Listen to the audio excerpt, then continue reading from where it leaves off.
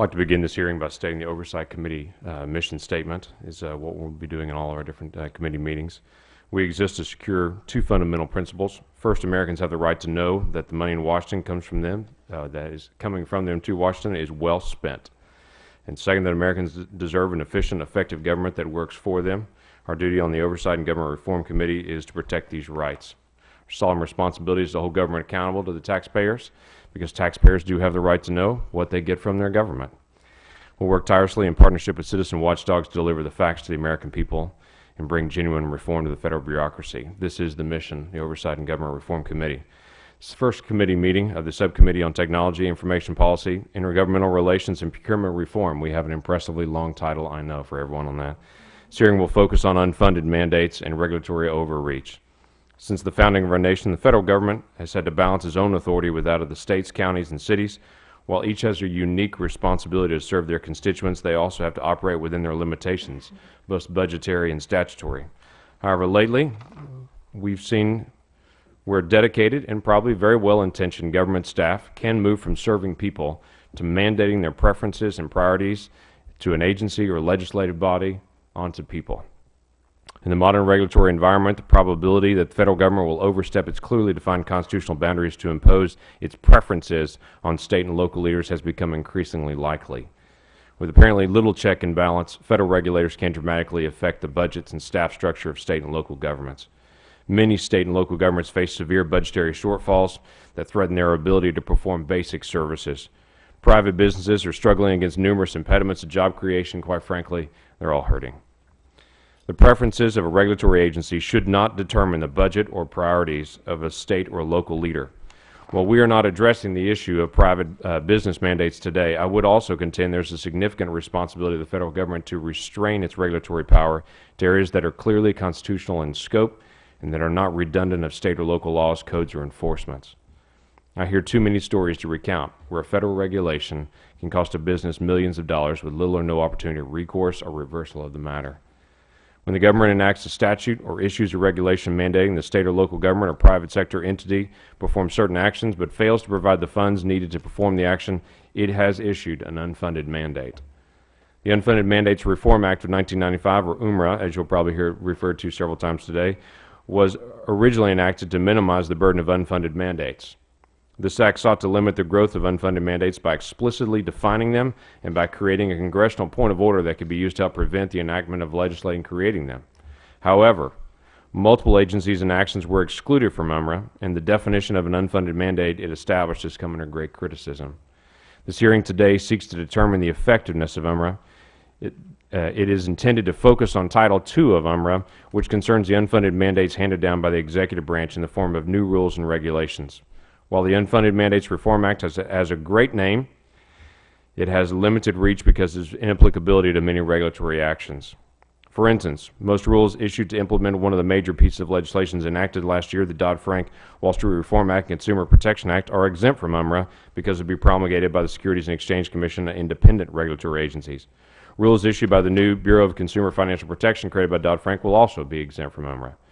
Today's hearing focuses on local governments. I intend in a future hearing to bring in tribal and private sector witnesses to testify about their personal experience with burdensome federal mandates.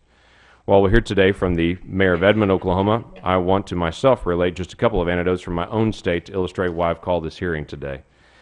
For instance, City of Bethany, Oklahoma, spent over $250,000 in 1987 to put in 2 water wells, only to be required a few years later to take them out by the EPA because of their wastewater levels.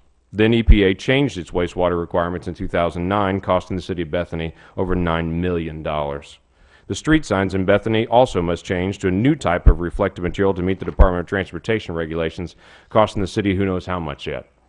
The Oklahoma Department of Transportation has to jump through millions of dollars of hoops to tear down an old bridge and to put up a new bridge in the exact same spot. It has to navigate the Clean Water Act, the National Historic Preservation Act, the Endangered Species Act, the Migratory Bird Treaty Act, and many other federal laws while people drive over an old, deteriorating bridge. What I want to know is whether Unfunded Mandates Reform Act is of any consequence in terms of limiting the issuance of these sorts of unfunded mandates. Many observers, such as the Government Accountability Office, have commented on the numerous factors that eliminate the effectiveness of UMRA in minimizing unfunded mandates. We'll hear today from GAO about these limitations, exemptions, and loopholes. Good news is, knowledgeable parties have also identified potential improvements to UMRA, and we'll hear about those ideas today as well. I would like to now recognize my distinguished ranking member, the gentleman from Mr. Virginia, Mr. Connolly, for his opening statement. I thank the Chairman, and I want to personally welcome him to Congress and thank him for his graciousness as he and I have tried to manage the transition on this new subcommittee, and I thank him so much for his personal graciousness and commitment to cooperation on a bipartisan basis. As a former local government official with 14 years of experience in Fairfax County, I appreciate Chairman Lankford's interest in unfunded mandates. Early in my tenure as a supervisor on that board, Congress passed the Unfunded Mandates Reform Act, as the Chairman indicated, known as UMRA, following an outcry by state and local elected officials about unfunded mandates and their burden. It was a positive step forward, but as I learned in the subsequent decade, the Act, as the Chairman just indicated, did not fully stem the tide of unfunded mandates. It was written in a manner that exempted bills from that imposed significant costs on localities, such as No Child Left Behind. As has been well documented, the design, testing, and implementation costs of No Child Left Behind increased local educational costs significantly by hundreds of millions of dollars in many, many places, including my own county. I'm pleased that Fairfax County Executive Tony Griffin is here today so that he can discuss the continuing impact of federal unfunded mandates on local governments. I'm concerned, however, that some have conflated mandates with regulation. I recognize that UMRA focuses on both intergovernmental and private sector mandates. However, the focus of our efforts should be on the continued burden that unfunded mandates place on local governments. This was the focus of a series of hearings in 2005 by Congress, and this committee in particular, and I believe it should remain that way today. Despite the technical language of UMRA, I do not consider regulations affecting businesses as unfunded mandates necessarily. As President Obama suggested, regulations should be reviewed for efficacy. But I simply do not believe that mercury, sulfur dioxide, or carbon dioxide restrictions in power plants should be placed in the same box as unfunded federal mandates in local governments. When the private sector is engaged in an activity that places public health or safety at risk, these actions should be regulated. In fact, carte blanche elimination of regulations could create new costs for local taxpayers. In Fairfax County, for example, most smog-forming pollution comes from power plants in the Ohio Valley. Deregulation of pollution from those plants through repeal of the Clean Air Act or otherwise would increase the costs of local government. The public health impact alone would be significant and would result in more hospital admissions, emergency service expenses, and lost workdays due to respiratory illnesses. Fairfax County and other local jurisdictions would be forced to pay for more bus and transit service, telework coordination, and other efforts to reduce vehicular emissions in order to prevent escalating costs of air pollution.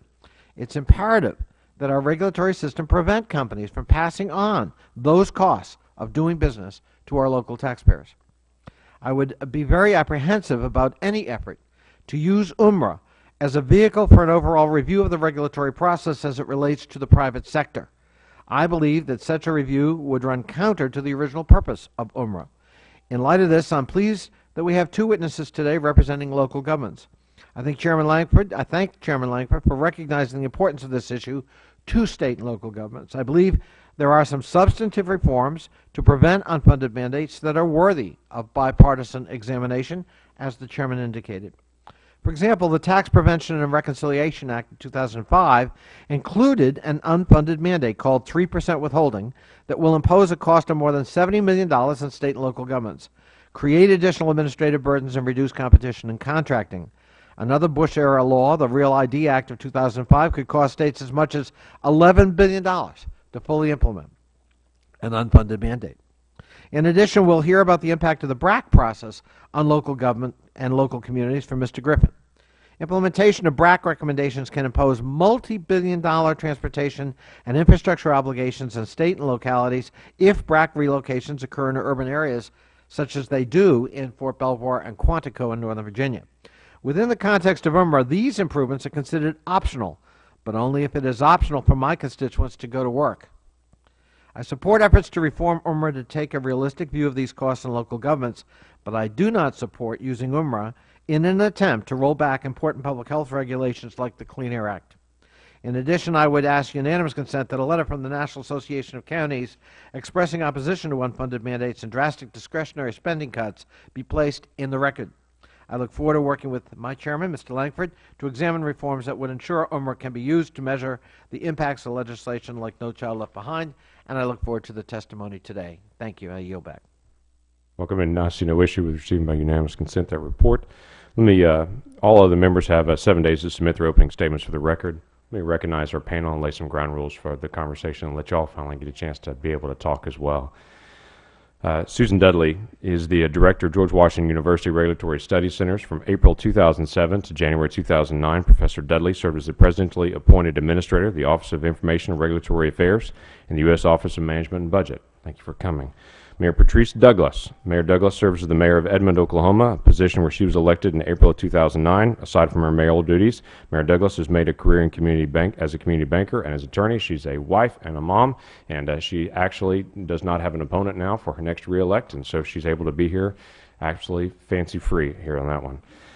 Denise Fantone is the Director of Strategic Issues, U.S. Government Accountability Office, where she oversees work on federal agency budget processes and cross-cutting regulatory issues, including federal rulemaking. Very glad that you're here today. And Anthony Griffin, as Mr. Connolly has already recognized, Mr. Griffin's County Executive, Fairfax County, Virginia, appointed in 1999. Mr. Griffin oversees the operations of all Fairfax County government. Thank you for coming up. You have the shortest drive, I believe, of all of them, but very glad that you're here as well on that.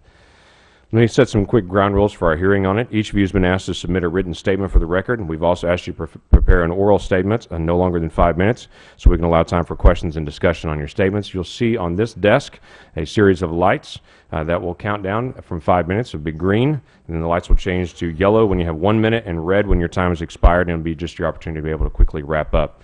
After all the panels have given their oral statements, each member present will have 5 minutes to be able to ask questions of the panel. Many members may have several questions, so it's very important that you answer the questions quickly and concisely. Don't feel you have to give a lengthy answer on that.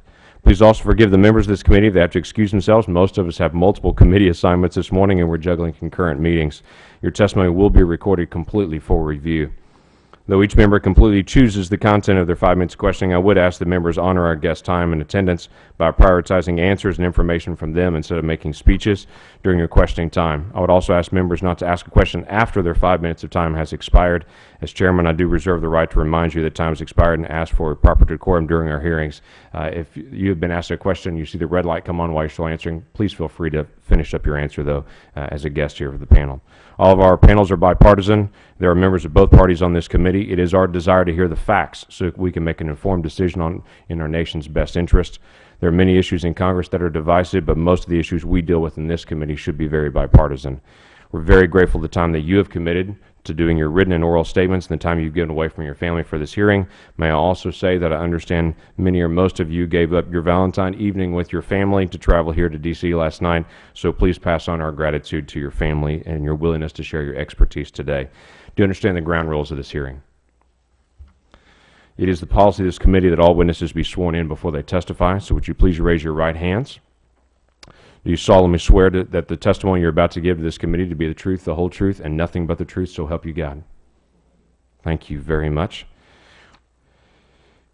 We will begin initially with Mrs. Dudley, I believe, with your testimony, so we would be very pleased to be able to receive that now. Is this on? Yes, you can just push the button in front of you there and your green light will come on.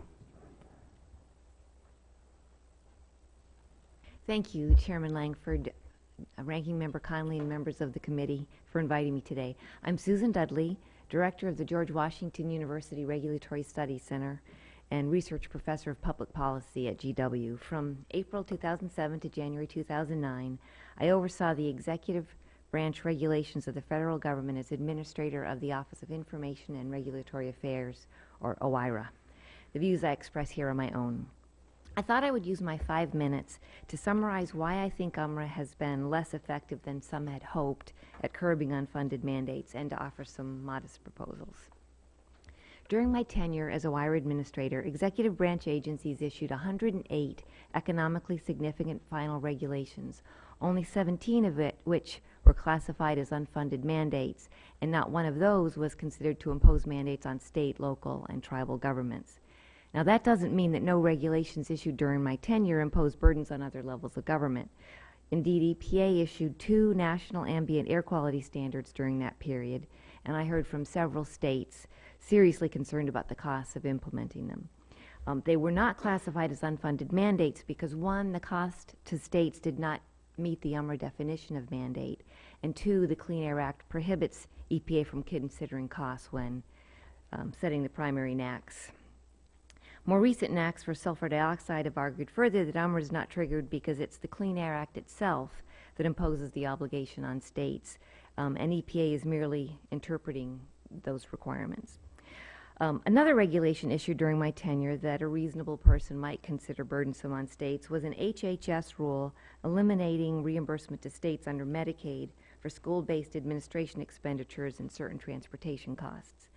Despite the elimination of approximately $635 million in federal funding, the rule was not covered by UMRA because it, quote, did not require states to replace that federal funding with state funding or take any particular steps. These illustrations show the limitations of UMRA. Though both UMRA and Executive Order 12866, which governs agency rulemaking, exclude independent agencies and rely on a threshold of $100 million, UMRA covers a fraction of what the executive order covers, in large part because UMRA applies the $100 million threshold to mandated spending, while the executive order applies it to effects, and UMRA contains 7 additional exemptions, more I think that we'll hear about from GAO. Not only does the executive order cover more regulations than UMRA, but it provides OMB more authority to hold agencies accountable for conducting analysis and basing regulatory policy on the results of that analysis. UMRA only requires analysis if an agency, quote, in its sole discretion, determines that accurate estimates are reasonably feasible and that such effect is relevant and material. In contrast, OIRA determines whether a regulation is subject to Executive Order 12866 and whether agencies' regulations and supporting analysis meet the principles of the order. The executive order calls for quantitative and qualitative analysis and decision factors that are similar to those contained in UMRA. It emphasizes consultation with other levels of government and states that each agency, quote, shall assess the effects of federal regulations on state, local, and tribal governments and seek to minimize those burdens. As a result, in my experience, the analytical and interagency review requirements of the executive order provided OIRA a more effective mechanism for holding agencies accountable to the objectives expressed in UMRA, both conducting the analysis to understand the effects of the regulations and in choosing the most cost-effective regulatory approach from alternatives. So now on to my modest suggestions to address 1, the limited coverage, and 2, the lack of accountability. To broaden coverage, Congress could consider aligning UMRA language with that of Executive Order 12866 and or extending it to include independent regulatory agencies, which are not currently bound by the executive order either. To make the executive branch more accountable for the goals of UMRA, Congress could provide OMB oversight authority beyond certifying and reporting on agencies' actions. Congress might also want to expand judicial review under UMRA so that, for example, an agency's failure to justify not selecting the most cost-effective or least burdensome alternative could be grounds for staying or invalidating the rule. Congress might even go further, for example, by making compliance with mandates discretionary for state, local, and tribal governments unless funding is provided. Even without amending the statute, this committee has options for increasing knowledge of the extent of unfunded mandates. Section 103 provides that at the request of Congress, CBO would compare its Title I estimates of the unfunded mandates of a statute with an agency's Title II estimates of the costs of the regulations implementing that statute.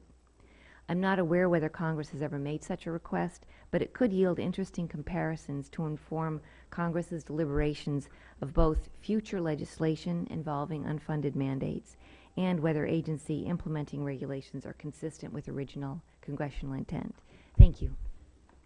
No, thank you very much. Look forward to your questioning. Mayor Douglas, thanks for being here. We would very much entertain your oral statement now. Thank you very much. Chairman Lankford, for inviting me. Thank you, members, for allowing me to be here today. I'm Patrice Douglas. I'm the mayor of Edmond, Oklahoma. Edmond is just to the north of Oklahoma City and is Oklahoma's 6th largest city. We have about 86,000 people with a school district of 110,000. We cover 90 square miles. We have a general fund budget of about $43 million, and our overall budget is about $226 million.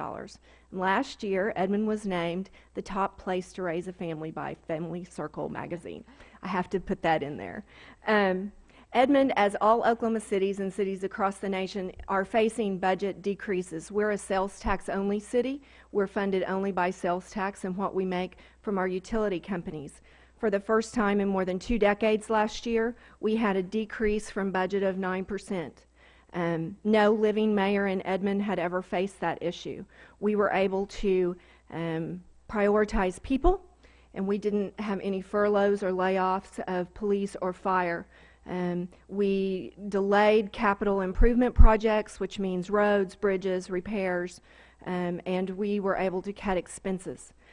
Other Oklahoma cities didn't fare as well. They cut expenses and had to lay people off and furlough people, fire, police, and civilian employees. Across the nation, I believe that the picture was worse. And having been at the U.S. Conference of Mayors recently, I heard about mayors who were laying off as many as 30% of their workforces. So municipalities are facing severe challenges right now. I first want to commend those of you who were in Congress and supported UMRA when it was passed. I hope that you continue to support that, but I hope that we can tighten it up.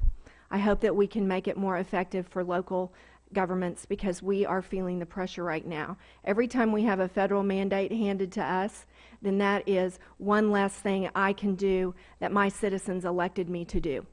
And I am held directly accountable because I grocery shop with those people.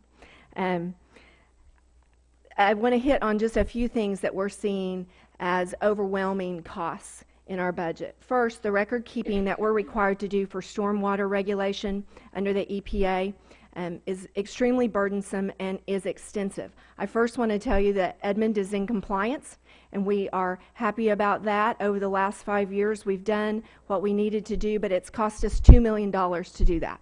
So $2 million that I can't spend to fix roads, all to show that I'm in compliance, that I was not outside the regulatory guidelines of that.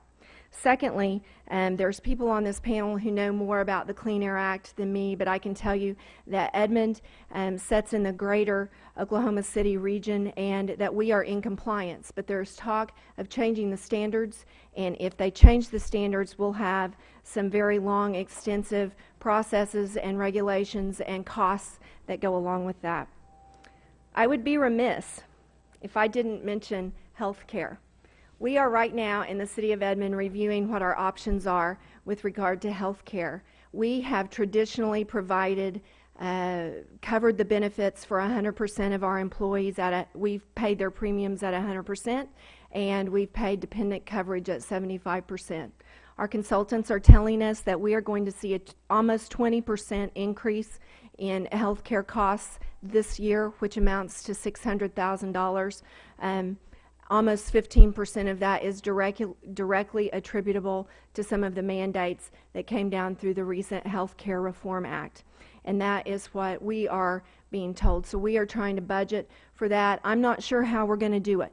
We're just now starting our budgeting process, and what I believe is going to happen is we're going to have to consider the options on health care, perhaps lowering the coverage on our employees or raising the premiums or requiring some payback from employees. I'm not sure how it's going to end up, but we're facing that. Lastly, I would be remiss if I didn't mention the Dodd-Frank Act and the concern that we have with an SEC regulation that's being proposed that will affect cities and volunteer boards. I have more than 30 boards and commissions in Edmond with volunteers serving. If this SEC rule is adopted, it is likely that I'm going to have many of my volunteers have to be registered through the SEC. Not only does that probably put a wet blanket on volunteers wanting to volunteer for these boards, but it also causes my employees, where I'm already short-staffed because I'm not filling vacancies causes them additional work. So the cost I can't determine because the rule hasn't been passed yet, but I urge folks to look really closely at that rule because I do believe it's going to impose some serious requirements on cities. Thank you. Well, thank you. Ms. Fantone, we'd love to be able to hear your oral statement now.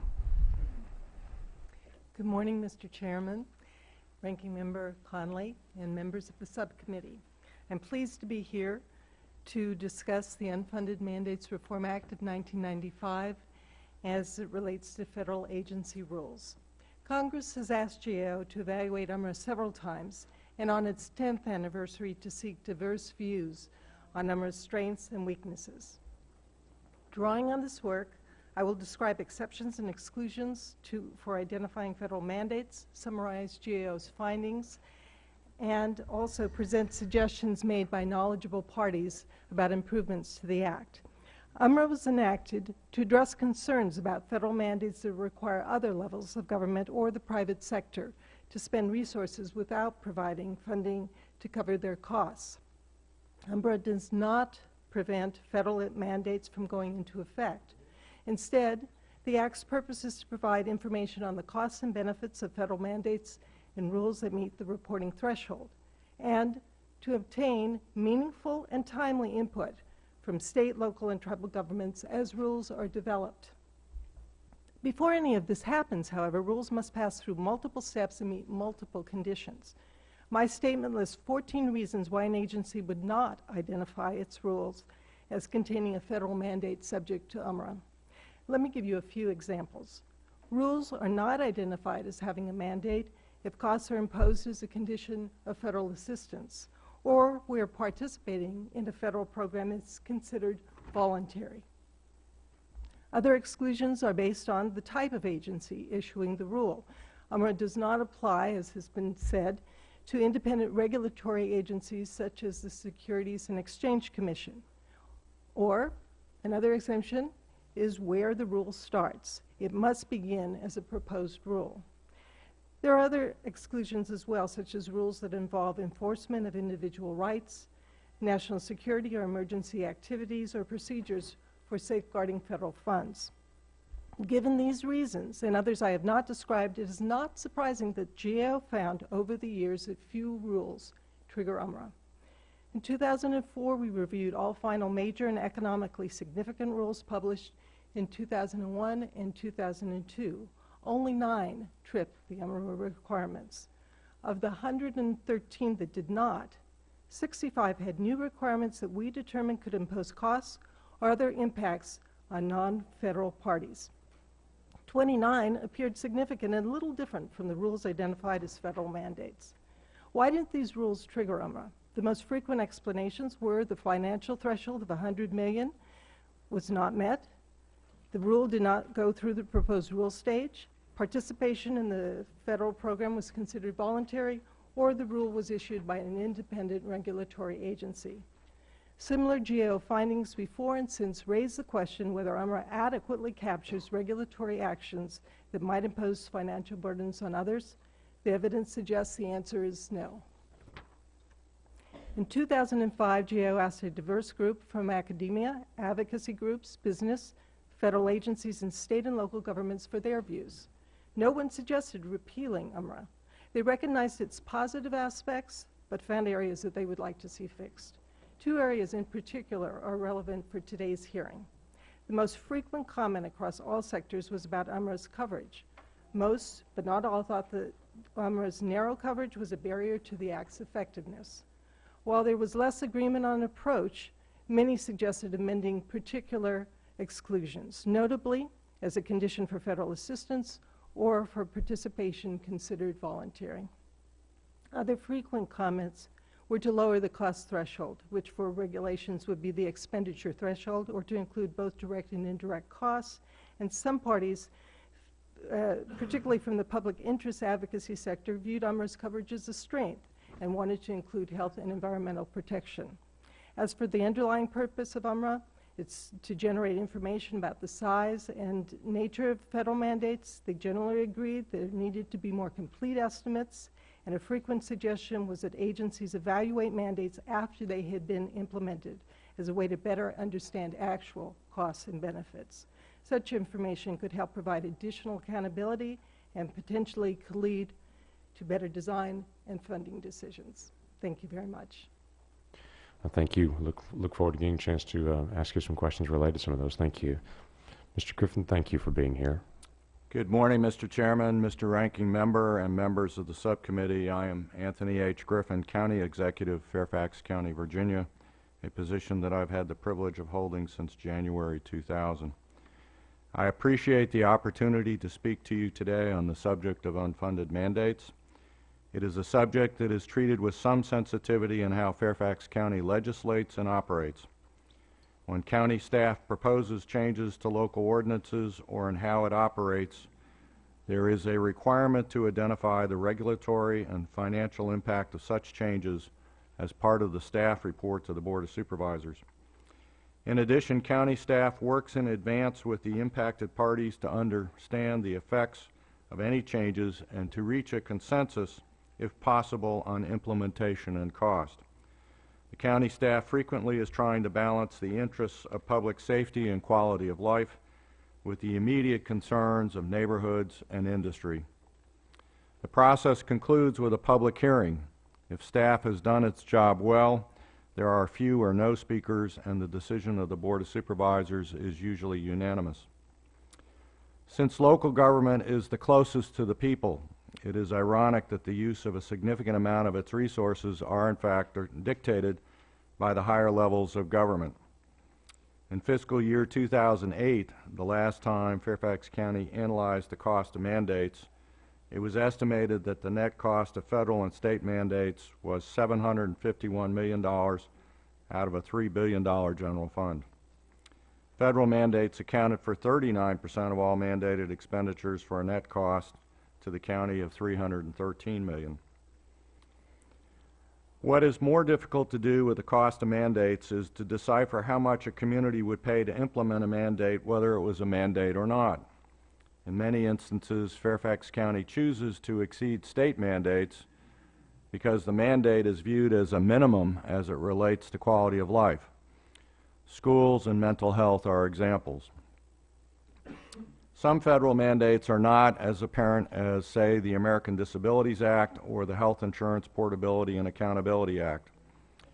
For example, Fairfax County is trying to mitigate the impacts of decisions made in the last round of the Base Closure and Realignment Act, also known as BRAC, which in most instances relocated defense employees located near transit to Fort Belvoir, which has no transit and is served by a road system already at capacity. While the county appreciates the additional 26,000 jobs at Fort Belvoir, it actually tried to limit BRAC-related moves in the National Capital Region because of the negative impact to the transportation system. The Defense Department provides no money for road improvements external to military installations unless the impacts exceeds the doubling of traffic. Given that the primary roads involved are Interstate 95 and Route 1, no money is forthcoming. The estimate to mitigate the moves to Fort Belvoir are in excess of $800 million, money which neither the state nor the county have. Unlike the county's process, the federal government did not quantify the impacts of the relocation on the host jurisdiction or the region, nor has the federal government, in the form of the Defense Department, offered to mitigate the impacts. In fact, access to the proving ground of Fort Belvoir would not have been possible without a significant financial contribution by the county and the state. In closing, I would note that regulation by all levels of government are necessary to achieve certain minimums in how services and facilities are available to our public. But communication, sensitivity, balance, and identified resources need to be part of the process creating them. Mr. Chairman, thank you for the privilege to speak. I'd be pleased to respond to the committee's questions. We look forward to that, actually, and we will go back and forth, getting a chance just to ask questions, and we are just looking for your honest answers and just response to it. We will take not only your written testimony, but your oral testimony and be all compiled together in the permanent record for it.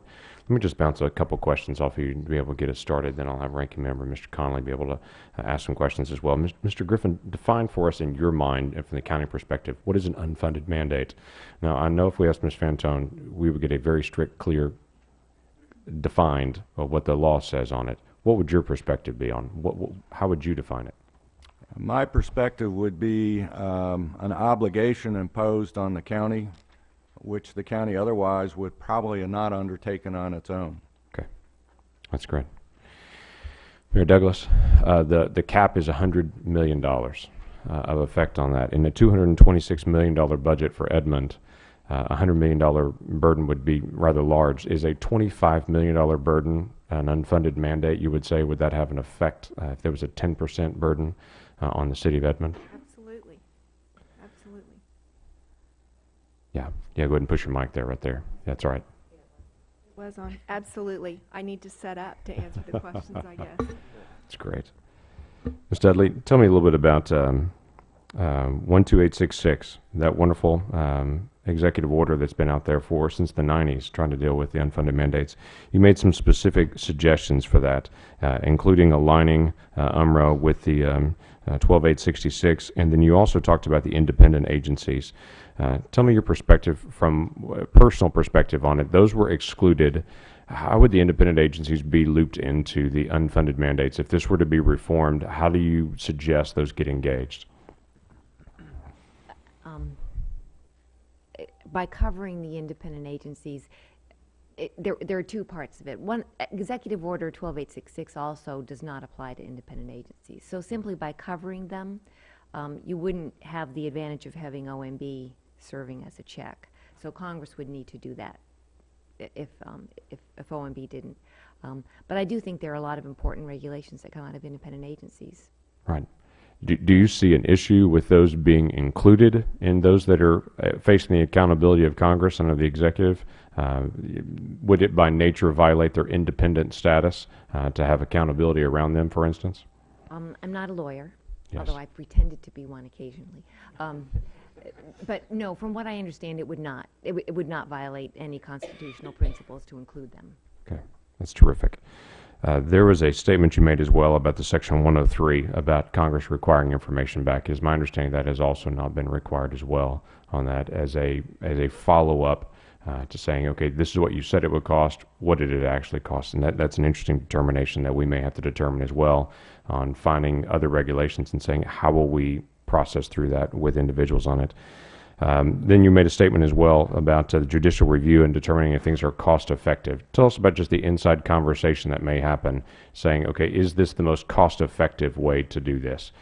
Is that something that's really discussed often among the agencies? It is. Agencies do take that seriously, and OMB takes it seriously, but it's never judicially reviewable. So it's discussed within the executive branch, but there isn't another branch of government that serves as a check or a balance. Right. On that. So you're saying if there was an agency that determined it doesn't matter, we want to do it this way, there's no way to really stop them at this point. Okay. Ms. Fantone, let me ask you a quick question as well. Give us an example of a voluntary federal program. You said that was a major piece of an exception that's sitting out there. What's a good example of a voluntary federal program? Well, oftentimes what we have is the same kind of thing that actually applies with federal assistance. There's the carrot and the stick. An example would be if you have, and I'll use firefighters, oftentimes we provide technical assistance, and there may be some cost-sharing piece of that. As soon as you have a condition in which you want to get a federal assistance, or it can also happen with the private sector, you have to commit to making a decision that you're going to go ahead with a program, and it will cost you something in return for either federal assistance or some other largesse from the federal government. Right. So if there's any option for them to opt out of it, it's considered a voluntary program. Is that what you're saying? Yes. Okay. Well, that's terrific. But once they take it on, they have to fulfill all those mandates. Exactly. I think Ranking Member Conley, in opening statement, described a situation where there is a bit of a catch-22. Right. Okay. Thank you very much. I'd like to be very pleased to recognize Ranking Member Conley for 5 minutes of questioning. I thank the chairman, and again, welcome to our panelists. Mayor Douglas, one thing I did not follow. You referred to voluntary boards and commissions, and of course we have those in Fairfax County as well. Right. I'm not aware of the Dodd-Frank legislation affecting any of our boards or commissions in Fairfax. What were you referring to? There's an SEC proposed rule to carry out some of the language that's in the Dodd-Frank Act that talks about municipal advisors. And they're defining municipal advisors as people who have to be registered through the SEC. The SEC has proposed this rule. I believe lots of cities are coming in and saying, there's a comment period going on right now, and are saying, please don't do that because it's going to hurt our recruitment of volunteer boards if they have to register through the SEC to comply with the Frank-Dodd Act. Presumably that would affect people who would advise the city or municipality in financial matters. Correct. Yeah. But when you look at many of my boards, for example, I have an economic development authority that has bonds that go through it. It still goes to a bond advisor, and the opinion registered by my board still has to be approved by another board advisor or somebody who's well versed in that. Mr. Griffin, do you have a similar situation in Fairfax County? And by the way, I think, Mayor Douglas, you said your population is 86,000? Yes, sir. And of course, Fairfax's population is what? 1,083,000 as of the census. So you've got a lot of boards and commissions. Have you had this problem from the Dodd-Frank legislation? I'm not aware of the details. I suspect that organizations like our Economic Development Authority may have to be involved, but I think most of our volunteer committees and commissions would not be impacted. I think it relates only to financial. Yeah. I would invite you that if you've got a similar situation, Mayor Douglas, you might submit it for the record. Mayor Douglas also testified that she's been advised that the health care reform legislation, even though most of the major provisions don't kick in for another 2 years or 3 years, has actually contributed to an increase in her premium cost. Is that the case in Fairfax as well? Yes. Staff estimate is that our costs to provide health insurance for our employees will increase approximately 4% over time to administer the program. Attributed to that? Yes, sir. And what's been the increase in premium costs normally? I would say over the last 10 years, the increase has been about 10% a year. Unrelated to health care reform? Correct. Ms. Fantone, an unfunded mandate, how does GAO separate the issue of unfunded mandates from normal regulation? I mean, the minimum wage requirement, in a sense, is an unfunded mandate. It tells people you've got to pay this much, you can't pay less per hour.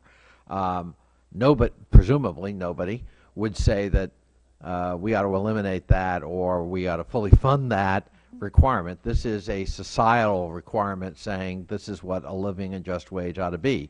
We may disagree about what that level ought to be. We might even philosophically disagree about whether it's the role of the federal government to impose it, but there's lots of history suggesting, by and large, the United States population agrees there should be such a regulation.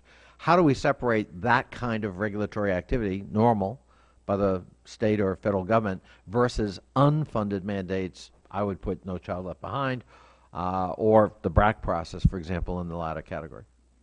Well, as you point out, this is a decision that is as much a policy and philosophical decision as anything else. I think probably to respond, I'd like to briefly describe what we did in 2004 in looking at rules that were not classified as federal mandates. And so we did a variety of different things. First of all, we looked at all of the ones that were unclassified, and that was 113.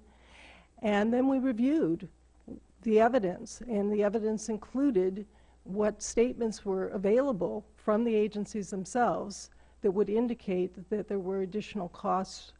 And then we went out and we talked to those that would be affected to see whether we in fact had captured correctly And that included the federal agencies that were involved, as well as those, again, who were affected. And there was consensus that, in fact, there was additional costs, some of which, 29 in particular, that would be significant. So it's kind of the Goldilocks complex here. Trying to get it just right is a difficult thing, but that's how we went about it in 2004. My time is up, Mr. Chairman, and Ms. Dudley, I hope to, in another round, come back to your testimony. Thank you. Thank you, Ed. Chair would now like to recognize the distinguished gentleman from Pennsylvania, the Vice Chairman of this committee, Mr. Kelly, for 5 minutes. Thank you, Mr. Chairman, and also the board. Thank you for being here today, because I know you're taking time out of your private lives to come and do this. My questions are mainly for the mayor, because I also sat in the city council in a very small town, a third-class Bless city. you. Thank you. Bless Thank you.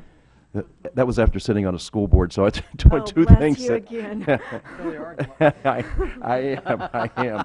Well, you know what, I think that it would be hard to argue that a lot of these are well-intentioned when they start off. But I would submit that in our little town, 67 cents out of every dollar we bring in revenue, tax revenue, is already eaten up by public safety. Yes. And there's so many unfunded mandates that are out there.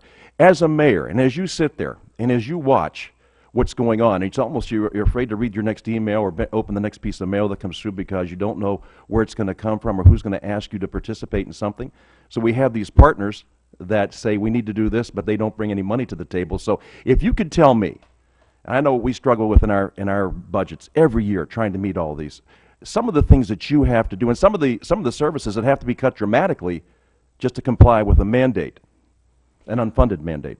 Well, we have to direct money away from our general fund, which is, like you said, that's my 33% that I get to run the rest of city government on outside of police and fire. So that's what I run. My trash collection, I repair my roads, I clean my roads after the recent 2 blizzards, I repair bridges after a 500-year flood that I had this summer. So you're exactly right. What we are looking at this year is simply trying to decide whether or not we're one of the fastest growing communities in Oklahoma. So we are an economic engine for our state. We provide jobs. And what we're looking at right now is deciding between keeping people or building the roads to get economic development to our city, because you have companies that won't locate there unless you can build the roads. So it's a decision right now for me and my council. Priorities. We have to prioritize, are we going to do the infrastructure projects that we've already delayed because last year we could not build roads, we couldn't do the repairs we needed and that we had budgeted because we had a 9% decrease. So we're making those decisions. I talk about in my written testimony that there's a program called NIMS. Nobody can fight about the fact that Homeland Security is very important. But Edmond was the 8th safest city in America a couple of years ago, yet we're spending at least $82,000, and by my estimates that they called me last night, $310,000 to do a training program that we're now having to document we're doing. And we're already one of the safest cities in America. So we're not going to fight against Homeland Security, but it's $310,000 that comes out of my budget in order to get other federal grants. It's money that sits out there and says, if you don't do this, then you don't get these grants. And it doesn't just apply to Homeland Security grants, it applies to other grants. So I think local governments are better at determining what they need. And we need to be ready. We need to be secure and safe. And my electorate's going to kick me out if we're not. Yeah, and I understand that. Like, you know, also, you know, the determination of whether a regulation or rule is cost effective. And what kind of a formula do you understand that they use to actually determine if it's cost effective? Is there a real cost benefit analysis there? I mean, I had never seen it, I've and never it seen didn't. It usually doesn't make sense to those of us that actually have to pick up the tab on this. So I've okay. never seen it. Yeah, well, I've never seen it. From any of the regulations that are imposed on the city, I've never seen it. Oh, very good. Thank you. That's all, Mr. Chairman. Honored to be able to recognize the ranking member of the Oversight and Government Reform Committee of a whole, and glad you're here, Mr. Cummings. Recognize the gentleman from Maryland for 5 minutes. Thank you very much, Mr. Chairman. I congratulate you on your new position. I'm looking forward to working with you. first of all, I want to thank the panel for outstanding testimony. And as I listened to us, we have this. You all have stated it. We've got a problem here. On the one hand, we've got the federal government, your representatives, all of us, on the federal level trying to get certain things done. And then when it's filtered down to you all, then you all are where the rubber meets the road. And so then you've got all of these issues that you've got to deal with. And, I just want to ask a few questions with regard to you, Ms. Dudley. You talked about expanding judicial review. And how extensive would that judicial review be? I'm just wondering about that. As I say, I'm not a lawyer, so I don't have specific advice. I know that that's a criticism that I've seen of UMRA, that the judicial review the courts could only call an agency out for not doing an analysis when it should have done the analysis. Yeah. But it can't do more than that. Yeah, well, going to you, Mayor Douglas, certainly we sympathize with everything you've said. I think your employees are very fortunate to be getting 100% of their insurance covered. I mean, I think that's great, and that says a lot for you and your city. But I want to go back to, you were talking about spending $2 million on compliance, showing that you comply. Just wondering, is that to show that you comply, or is that actually putting yourself in compliance, or is it a combination of both? You understand what I'm saying? To my knowledge, we were in compliance, but I am not going to answer that for certain. What I will tell you is that what this money went for was to implement the minimum control measures with 6 areas of focus. To address the stormwater runoff quality and to report on it, to address public participation and to report on that, to address public education and outreach and to report on that, to address post-construction stormwater management and report on that, new development, old development, stormwater management, and to file the reports. So we were in compliance for 5 years. It's apparently a 5-year study. I've been mayor for 2, but it was a 5-year study, and over the course of that 5 years, it was $2 million. And it sounds like it was for both, then. It's for being in compliance and then making sure you report on compliance based upon what you just said. And I'm just wondering, from each of you members, can you provide us with suggestions as to how to improve UMBRA in order to help state and local governments? And I think, as I listen to you, Mayor Douglas, it sounds like in an effort to plan, sometimes it becomes very difficult if you don't know what's coming down. As a matter of fact, the chairman talked about the case in Oklahoma, your city, I think it was. Is that right? Right. Okay.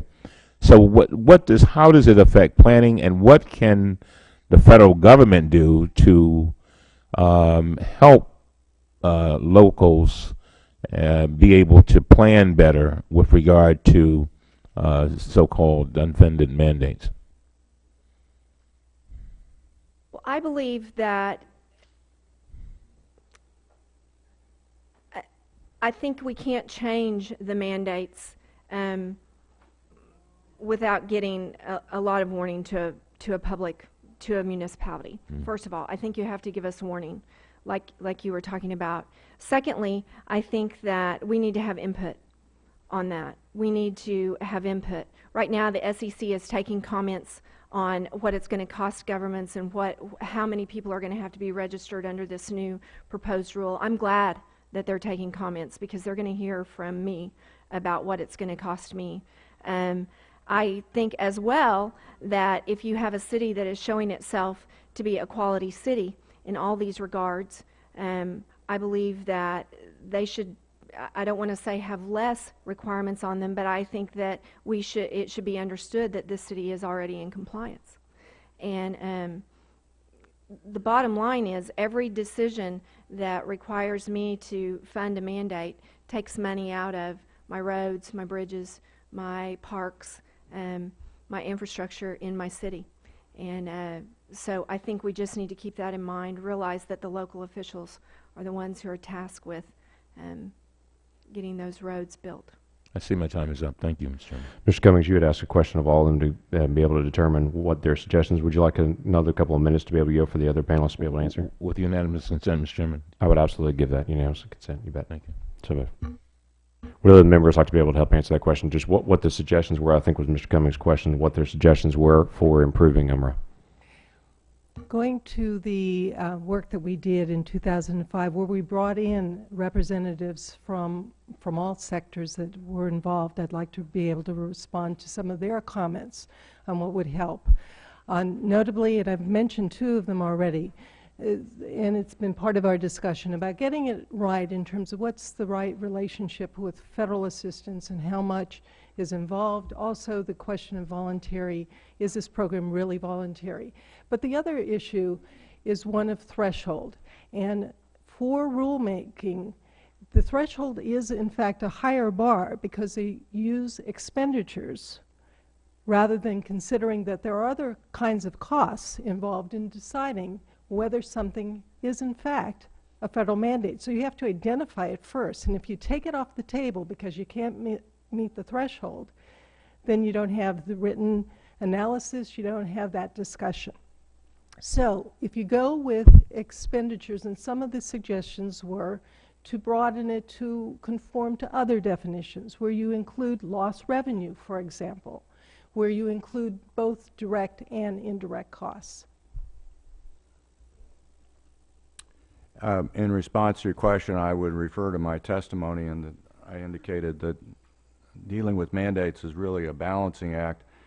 My perception is that while it's useful to have a comment period, such as been referred to with the SEC, I think it would be helpful if there could be more in-depth, if you will, a pilot study of what the impact would actually be in a community or in a state before the legislation is finalized. I think too often the legislation is generalized and impacts are perceived but not actually determined. And I think it would be helpful to have a more in-depth analysis actually at the local and the state level. I'll just say I agree with all of those suggestions. Mr. Chairman, thank you very much. You're welcome. Please be able to recognize Mr. Labrador from Idaho. 5 minutes. Mr. Chairman, as you know, I'm new to this Congress, and I don't have a lot of questions. I just want to thank you for being here.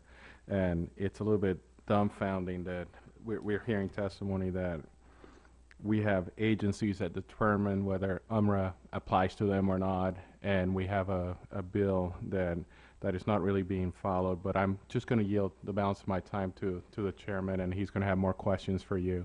But I just want to thank you for being here. Thank you very much. Please be able to recognize Mrs. Spear for 5 minutes for questioning. Thank you, Mr. Chairman, and thank you to all of the witnesses that are here today. Mayor Douglas, you indicated that the city pays the entire cost of health care premium for the employees. Is that The employees, for the currently. employees, which is a very rich program. I mean, I can't imagine many cities or counties or states or federal government that could provide 100% coverage for the premium. But having said that, you indicated that the increase of 20% is due, or at least 15%, 14.5% is directly attributable to the health care reform law. Correct. And I'd like to know how you came up with that figure. Well, I'm going to have to refer you to the consultants that we hired to come up with that figure. We hire a group that comes in and evaluates our program. We're at the beginning of that. We, in fact, had the first presentation last week in Edmond. What they have told us, their review to us said that it was directly attributable to the fact that we have to begin, since we're a self-funded plan, we have to begin to set money aside for the requirement of covering up to 25 dependents up to the age of 25 or 26, I can't remember, 26, and that we also have to begin to make accommodations for the pre-existing condition requirements that they believe are going to lift the amount of claims that we have in our plan. So they divided it out. We asked specifically for it to be divided out so that we would know what was basically the increase that we would have seen versus the increase we are seeing now. So you're totally self-funded. We are. which means that you don't have an insurance company that is providing We you have, benefits. we have a group, we actually do have a group. You have a level of insurance that you cover, and then you have the You're excess self-funded for for a catastrophic. certain amount. Yes, ma'am. All right. So you were told then that your increases would go up less than 14% had healthcare reform not passed? Yes. Now, how did they come up with that? Again, I'm going to have to refer. Okay. So, I don't know that that's necessarily all that helpful to us then. Let me ask all of you, I've worked in local and state government for many years before I came to Congress, so I'm real familiar with unfunded mandates. And they have been the bane of my existence for 20 years because it was always the federal government posing a mandate and yet not paying for it. So I don't think it's fair. And I would agree with all of you who complain about that. Having said that, for us to be really, I think, productive here, I think we should hone in on the most egregious unfunded mandate that you incur, if you can provide that to us. Can any of you? Well, in my testimony, I referred to the BRAC process and the fact that 26,000 defense-related employees were transferred to Fort Belvoir from essentially the metropolitan Washington area, the National Capital Region. And that's imposed a burden on the state and the county primarily to make transportation improvements to provide access to Fort Belvoir because the road system serving Fort Belvoir was already at capacity. And so we're having to make significant new investments to facilitate getting people in and out of the fort while also maintaining traffic flow past the installation. The primary routes for Fort Belvoir are Interstate 95 and Route 1. We have no money forthcoming from the Defense Department to mitigate those impacts. And that's not something we were really consulted about. It's just, it happened. Now, the good news for Fairfax County is that it certainly strengthens the county's employment base in that part of the county, and we do appreciate that. But it's offset by a significant taxpayer investment by the locals, in essence, to accommodate that. And that's probably the most egregious recent example that I could give. But there was a cost-benefit associated there. It's not like a mandate that's imposed without any benefit. Well, it's debatable whether there's a benefit or not, because as I indicated, the employees were already in the region. And in fact, they were vacating leased office space, which was a benefit to the private sector, and going into space built on federal facilities. And so the county no longer accesses the property tax, if you will, that we benefited from before. So we haven't done a precise cost benefit, but in the long term, I think there's a benefit, but in the short term, there's a significant cost. Anyone else? Yes. Ms. Dudley? Well, I don't represent a state or local government, so I'm not sure I'd be appropriate. But I thought that the examples in both of our local representatives' testimony provided illustrations of what they thought were the most egregious examples. All right. I don't know if has my time expired? Yes. Thank you. Mr. Conley and I are going to do one more set of questions between the two of us, and then we're very, very grateful for the time that y'all have. Let me just follow up on a couple of things. Mayor Douglas, if you'd like to submit the statement from the consultant just as background on that, you're welcome to do that, and I'd be glad to be able to pass it on to Mrs. Spear, and so be able to get the information on that.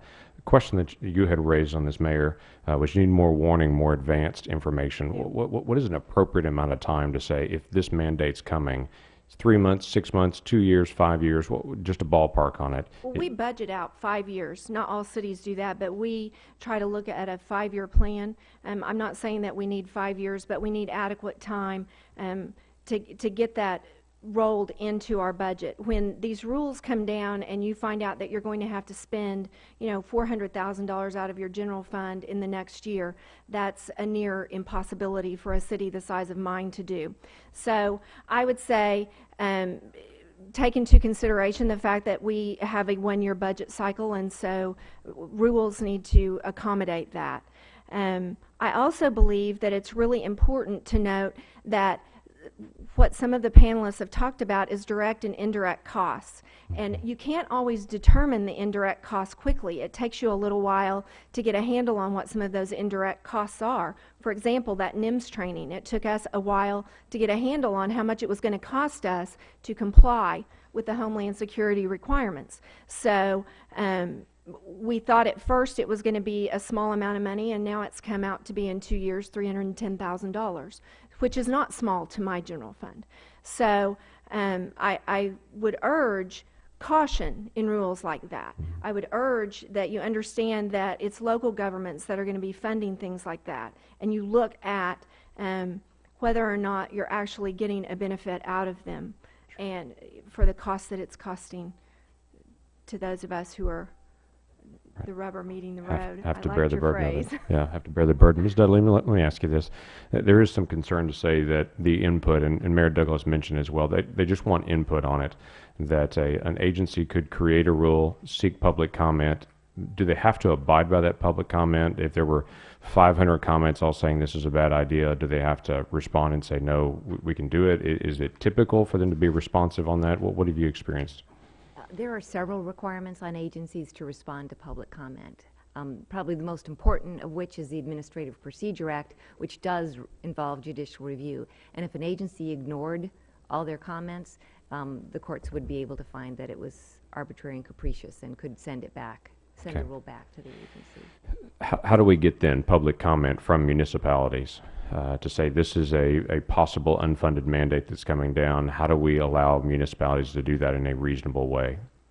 Well, agencies try to notify potentially affected parties as early in the process as possible. And they're required to not only under UMRA, but also under the Federalism Executive Order. And in fact, I'm on the Administrative Conference of the United States, and we just came out with new recommendations on federal preemption and how agencies should spend more time consulting with state, local, and tribal interests before issuing regulations that will have those impacts. Okay. Mayor, are you experiencing that? And I could ask the same thing of Mr. Griffin. Do you feel like you are getting, that is the rule, do you feel like you are getting information to say this is coming, preparatory information? Well, we were notified. We read articles about the SEC proposal to comply with the Dodd-Frank Act. So we read about that. My city treasurer came to me and said, okay, I think this impacts more than just the city treasurer's office. And then there was an article, I believe in the Wall Street Journal, talking about how it's going to affect volunteer boards. And there were comments from several statewide treasurers. But that's not actually coming from an official federal source on that. That's not actually coming from an official federal source. Mr. Griffin, have you experienced where the federal government's contacting you and trying to get input and say this is a consideration that's going on? Generally not. Most of my information comes from my staff, who either read the Federal Register or through professional associations that have notice. Or your Congress, that's true. And let me ask one more quick statement. Ms. Dudley, a couple of comments have been made about EPA, and I know your comments earlier on that from my wonderful ranking member on it, about the air quality standards and such. Would that fall under an unfunded mandate as it currently stands now? No. Okay, so that is outside of what is, though a city may have to spend or a municipality may have to spend millions of dollars in readjusting that would not be considered an unfunded mandate according to the law at this point. That's right, for several reasons. Okay. Great. Those are all the questions that I have. I'd be glad to be able to yield some time to my ranking member, Mr. Connolly. Thank you again, Mr. Chairman. And before Mr. Cummings leaves, I do want you all to know that Mr. Cummings and I practice what we preach. We, with his leadership, we introduced a bill on the to further regulate, frankly, water quality for the Chesapeake Bay in the last Congress, and we created a new standard for local governments in the watershed to have low development impacts, to have one standard that applied to everyone. but we funded it. We provided a substantial amount of money for local governments to apply for grants to fully comply with the new standard. And ours was the only bill that did that, but because we were sensitive to this very issue, I just thought for the record, Mr. Chairman, we'd point out we practice what we preach. And I thank my colleague Elijah Cummings for his leadership. Ms. Dudley, you in your testimony talked about, and I certainly am intrigued and would welcome working with my chairman and others on the committee on tightening up UMRA. I'm all in favor of it. As somebody with big local background, local government background, drove me crazy. And I'll start with No Child Left Behind. Good intentions, unfunded, too rigid. And I fought with the previous administration and their Secretary of Education very publicly about this issue. So I can't wait to address it in this Congress. However, you talked about maybe creating a new judicial standard that would make it easier to seek an injunction to stay the implementation of a new regulation. Do you want to just expand on that? And then I want to follow up, if I may, Mr. Chairman, with Ms. Fantone as a follow-up to your answer, Ms. Dudley. The reason I suggested that, as I was trying to find ways, identifying why it has not been more effective, and one of the reasons it hasn't is even when analysis is required, that's all that the Act does, is require the analysis. And as we've discussed, it's a small subset of the rules that a normal person might think is an unfunded mandate that actually gets covered.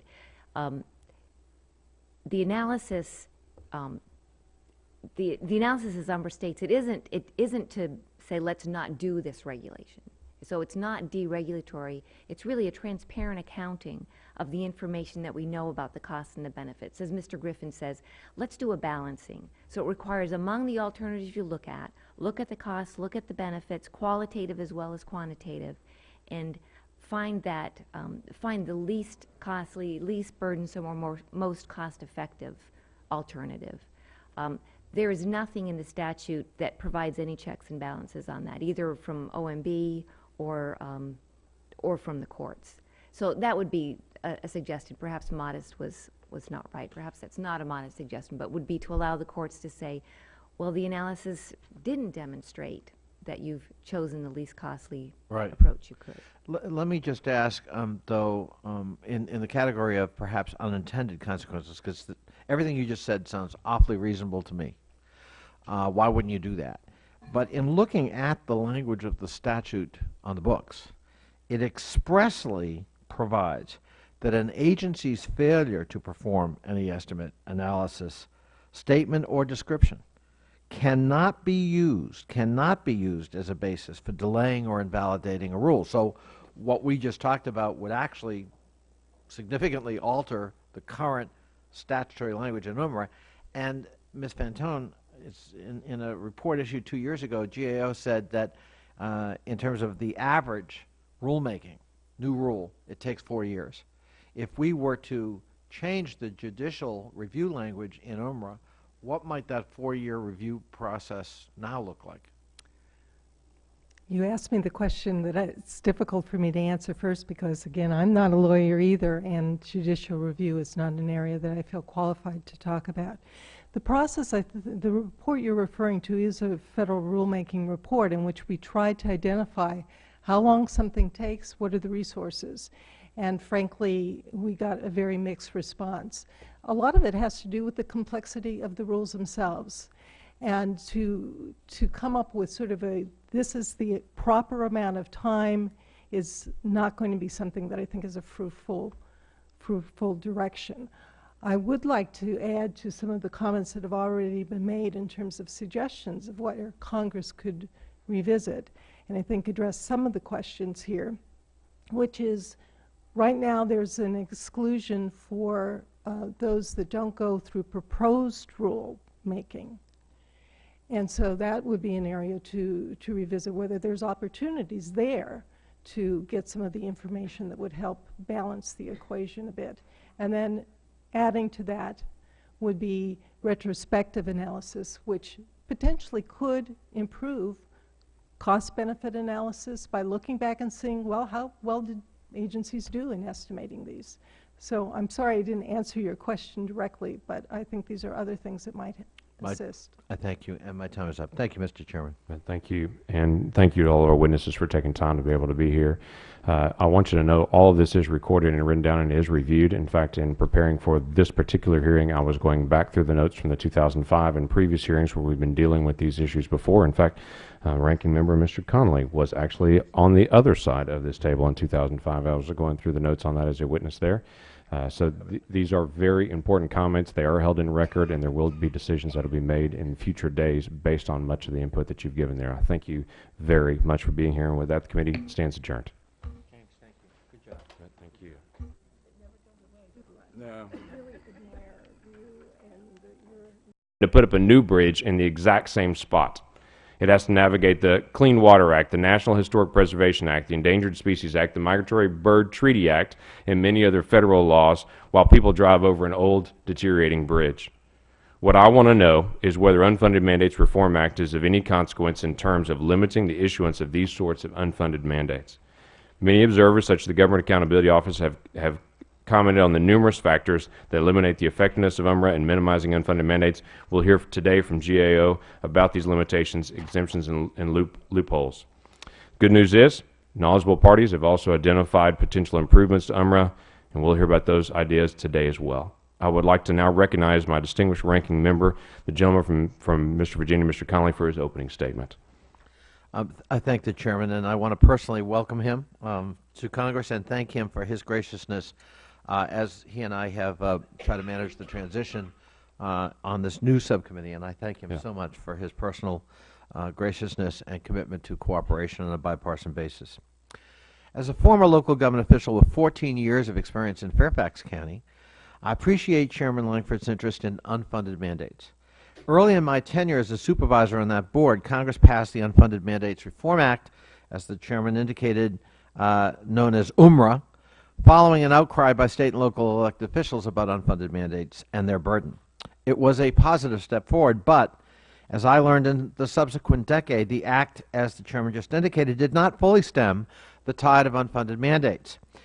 It was written in a manner that exempted bills from that imposed significant costs on localities such as No Child Left Behind. As has been well documented, the design, testing, and implementation costs of No Child Left Behind increased local educational costs significantly by hundreds of millions of dollars in many, many places, including my own county. I'm pleased that Fairfax County Executive Tony Griffin is here today so that he can discuss the continuing impact of federal unfunded mandates on local governments. I'm concerned, however, that some have conflated mandates with regulation. I recognize that UMRA focuses on both intergovernmental and private sector mandates. However, the focus of our efforts should be on the continued burden that unfunded mandates place on local governments. This was the focus of a series of hearings in 2005 by Congress, and this committee in particular, and I believe it should remain that way today. Despite the technical language of UMRA, I do not consider regulations affecting businesses as unfunded mandates necessarily. As President Obama suggested, regulation should be reviewed for efficacy. But I simply do not believe that mercury, sulfur dioxide, or carbon dioxide restrictions in power plants should be placed in the same box as unfunded federal mandates in local governments. When the private sector is established has come under great criticism. This hearing today seeks to determine the effectiveness of UMRA. It is intended to focus on Title II of UMRA, which concerns the unfunded mandates handed down by the executive branch in the form of new rules and regulations. While the Unfunded Mandates Reform Act has a great name, it has limited reach because of its inapplicability to many regulatory actions. For instance, most rules issued to implement one of the major pieces of legislation enacted last year, the Dodd-Frank Wall Street Reform Act and Consumer Protection Act, are exempt from UMRA because it would be promulgated by the Securities and Exchange Commission and independent regulatory agencies. Rules issued by the new Bureau of Consumer Financial Protection created by Dodd-Frank will also be exempt from UMRA. Today's hearing focuses on local governments. I intend in a future hearing to bring in tribal and private sector witnesses to testify about their personal experience with burdensome federal mandates. While we're here today from the Mayor of Edmond, Oklahoma, I want to myself relate just a couple of anecdotes from my own state to illustrate why I've called this hearing today. For instance, City of Bethany, Oklahoma, spent over $250,000 in 1987 to put in 2 water wells, only to be required a few years later to take them out by the EPA because of their wastewater levels. Then EPA changed its wastewater requirements in 2009, costing the City of Bethany over $9 million. The The street signs in Bethany also must change to a new type of reflective material to meet the Department of Transportation regulations, costing the city who knows how much yet. The Oklahoma Department of Transportation has to jump through millions of dollars of hoops to tear down an old bridge and I'd like to begin this hearing by stating the Oversight Committee mission statement is what we'll be doing in all our different committee meetings. We exist to secure two fundamental principles. First, Americans have the right to know that the money in Washington comes from them, that is coming from them to Washington is well spent. And second, that Americans deserve an efficient, effective government that works for them. Our duty on the Oversight and Government Reform Committee is to protect these rights. Our solemn responsibility is to hold government accountable to the taxpayers, because taxpayers do have the right to know what they get from their government. We'll work tirelessly in partnership with citizen watchdogs to deliver the facts to the American people and bring genuine reform to the federal bureaucracy. This is the mission, the Oversight and Government Reform Committee. It's the first committee meeting of the Subcommittee on Technology, Information Policy, Intergovernmental Relations, and Procurement Reform. We have an impressively long title, I know, for everyone on that. This hearing will focus on unfunded mandates and regulatory overreach. Since the founding of our nation, the federal government has had to balance its own authority with that of the states, counties, and cities. While each has a unique responsibility to serve their constituents, they also have to operate within their limitations, both budgetary and statutory. However, lately, we've seen where dedicated and probably very well-intentioned government staff can move from serving people to mandating their preferences and priorities to an agency or legislative body onto people. In the modern regulatory environment, the probability that the federal government will overstep its clearly defined constitutional boundaries to impose its preferences on state and local leaders has become increasingly likely. With apparently little check and balance, federal regulators can dramatically affect the budgets and staff structure of state and local governments. Many state and local governments face severe budgetary shortfalls that threaten their ability to perform basic services. Private businesses are struggling against numerous impediments to job creation. Quite frankly, they're all hurting. The preferences of a regulatory agency should not determine the budget or priorities of a state or local leader. While we are not addressing the issue of private business mandates today, I would also contend there's a significant responsibility of the federal government to restrain its regulatory power to areas that are clearly constitutional in scope and that are not redundant of state or local laws, codes, or enforcements. I hear too many stories to recount where a federal regulation can cost a business millions of dollars with little or no opportunity of recourse or reversal of the matter. When the government enacts a statute or issues a regulation mandating the state or local government or private sector entity perform certain actions but fails to provide the funds needed to perform the action, it has issued an unfunded mandate. The Unfunded Mandates Reform Act of 1995, or UMRA, as you'll probably hear referred to several times today, was originally enacted to minimize the burden of unfunded mandates. This act sought to limit the growth of unfunded mandates by explicitly defining them and by creating a congressional point of order that could be used to help prevent the enactment of legislation creating them. However, multiple agencies and actions were excluded from UMRA, and the definition of an unfunded mandate